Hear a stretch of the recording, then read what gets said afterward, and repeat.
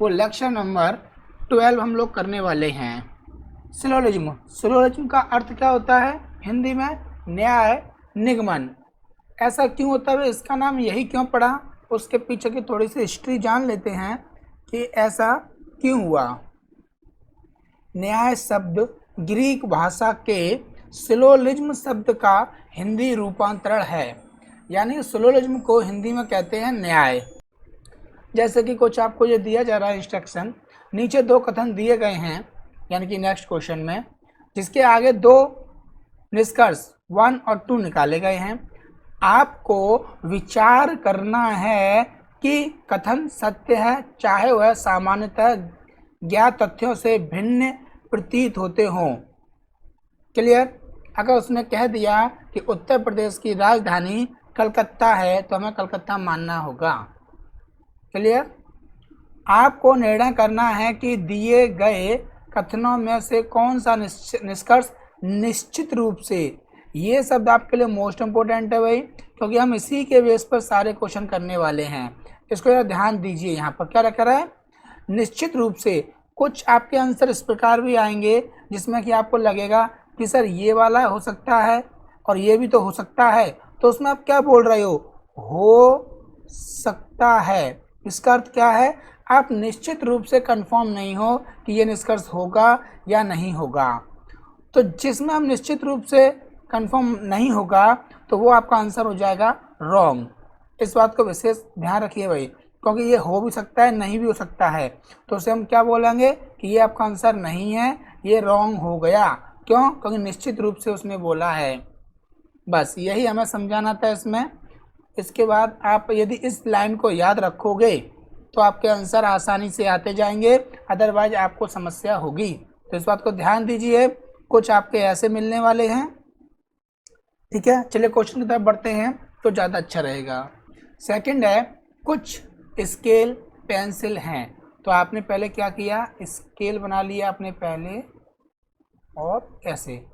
अब कह रहा है कुछ स्केल, यानी कि आप यहाँ से लोगे कुछ स्केल, वो क्या है भाई? पेंसिल। कुछ स्केल पेंसिल है, यानी कि ये वाली कुछ स्केल हैं वो क्या है? पेंसिल हैं। आगे कह रहा है कुछ रबड़ पेंसिल्स हैं। तो पेंसिल हैं कुछ रबड़, या ऐसे करके ये हो गई रबड़। तो आप देख सकते हो कुछ रबड़, यानी कि ये क्या होगी हमारे पास? पेंसिल। अब बात ये आती है कि सर अगर पेंसिल ही हैं तो हमने यही वाला पोर्शन क्यों लिया? ये वाला पोर्शन जो पेंसिल है ये रबड़ क्यों नहीं हो सकता?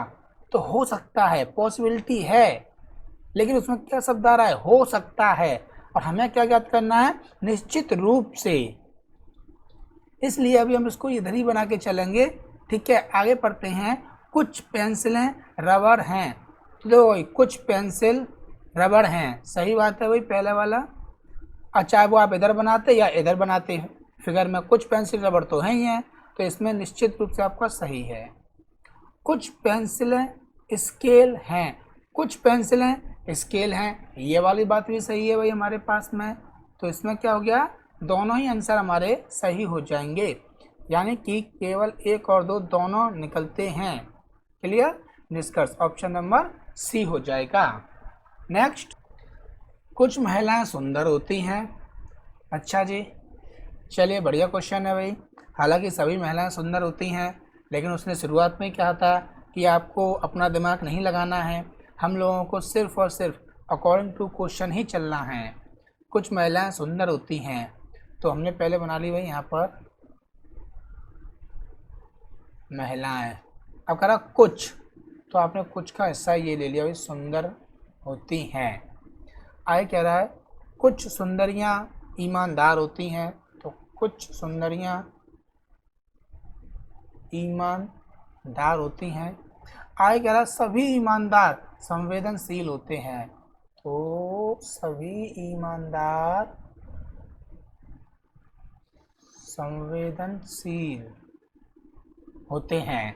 ठीक है, इस प्रकार आपका फिगर बन गया है ये। अब आप देखो, आपके मन में फिर से सवाल आ रहा होगा कि सर उसने ये कहा है कि कुछ सुंदर ईमानदार हैं, तो हमने सुंदर का हिस्सा सिर्फ यही वाला क्यों लिया है?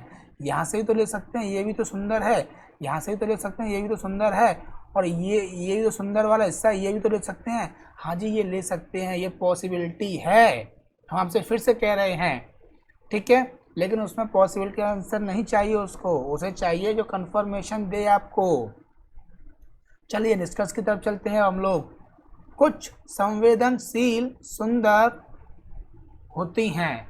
अब देखो, कुछ संवेदनशील का मतलब है ये संवेदनशील आपका यहाँ तक जा रहा है, ठीक है, और जो कि कुछ सुंदर होती हैं, आगे कवर हो गया भाई। हाँ जी, तो निष्कर्ष 1 तो आपका हो गया ओके।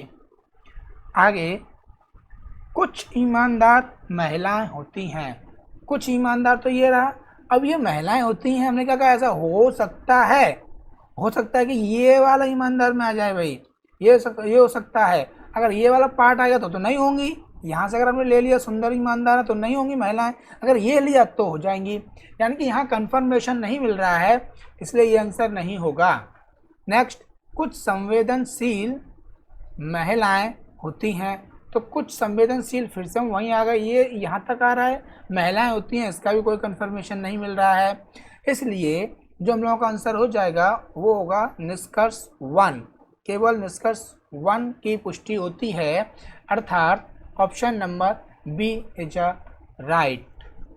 मानसून समाप्त होने के बावजूद पर्याप्त वर्षा नहीं हुई, यानी कि जिस व्यक्ति ने ये कथन कहा है उसको पूरा विश्वास था कि मानसून जब आएंगे उस समय पर्याप्त वर्षा होगी, लेकिन बेचारा दुखी मन से कह रहा है मानसून समाप्त होने के बावजूद भी पर्याप्त वर्षा नहीं हुई। इसमें उसकी फीलिंग्स क्या है, क्या निष्कर्ष निकल सकते हैं वो देखते हैं।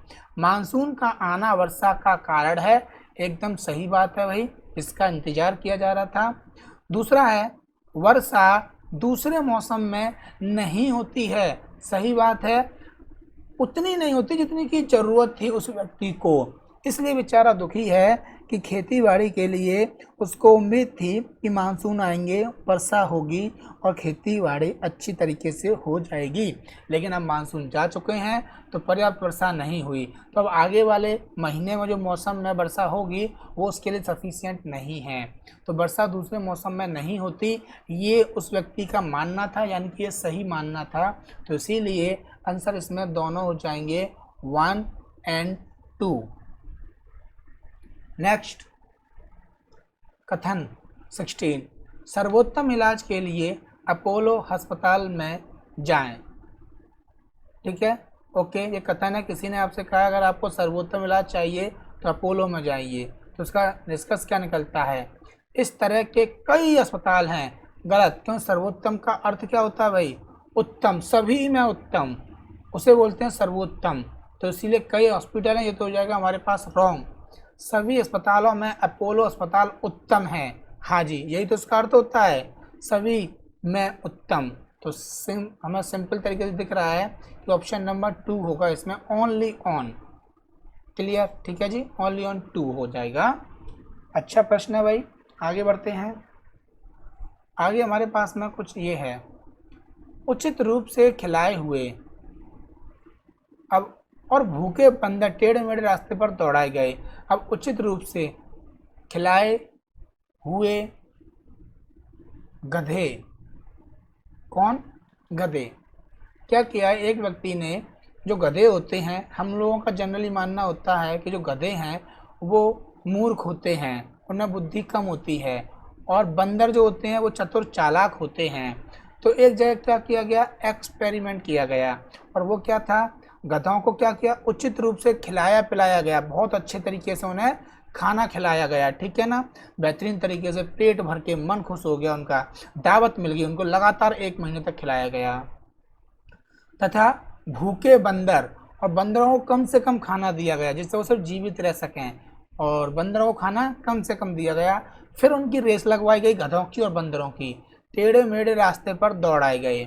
अब यह देखा गया कि भूखे बंदर तेजी से नहीं दौड़ सके, समझ में आ गया, जो भूखे बंदर थे वो तेजी से नहीं दौड़ सके, और जो गधे थे वो तेजी से दौड़ रहे थे।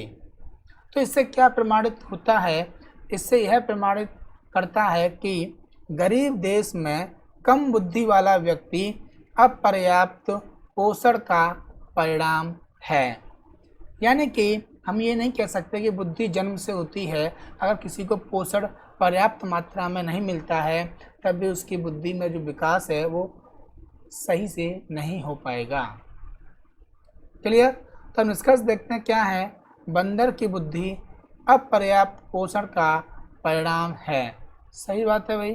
अगर हम यहाँ देखें अकॉर्डिंग टू क्वेश्चन, गधे की बुद्धि पर्याप्त पोषण का परिणाम है, ये भी सही है।